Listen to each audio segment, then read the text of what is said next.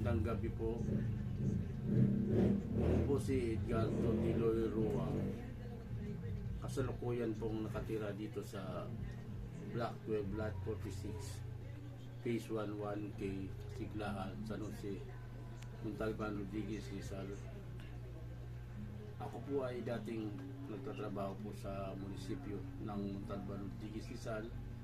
Dati po akong state welfare. Ngayon po ay huminto na po ako sa pagtrabaho po sa pagwawalis dahil po ay dinapuan po ako ng sakit na karamdaman na lalong nagpapalala sa akin sakit po. Nung una lang po ang sakit ko ay sa spinal cord. Noong 2012 po, nagpupisa po itong sakit ko po. Akala ko po ay sakit lang po sa ano lang po sa likod. Nung tumagal na po ay nalaman ko na lang po na may cancer na pala ako, stage 1 cancer sa spinal cord po.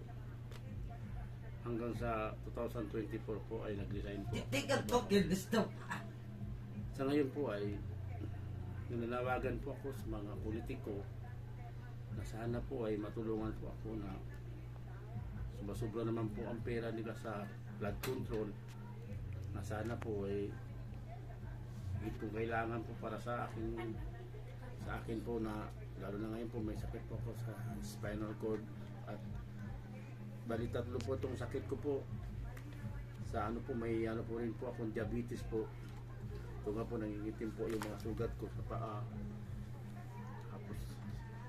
Tapos ito naman po yung dinadaanan ko ng dumi ko po, ay hirap din po akong kumilos po, dala po ng naipit po na kasi po maabot po ng 7 araw bago ko magdumi.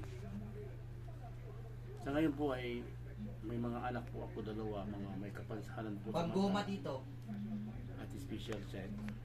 pagkitik ng yellow. Sana po ay matulungan po ako na mabigyan po ng kahit paano po ay hiling ko lang naman po ay na mabigyan ng pangkabuhayan po dito sa bahay para kahit paano po sa nalalabing araw po ng ating po sa mundong ito. Alam ko na po na hindi na rin po ako magtatagal sa mundong ito dahil na po manlalala po yung sakit ko. Sana po na kung sino pong may mga matataas po na mga politiko po na sobra naman po ang nakikita nila sa blood control, sana po matulungan po ako.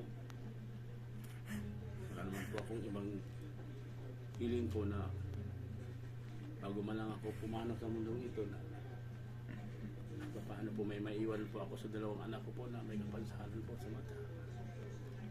Sa ngayon po talaga wala na po akong trabaho, sa bahay na lang po ako.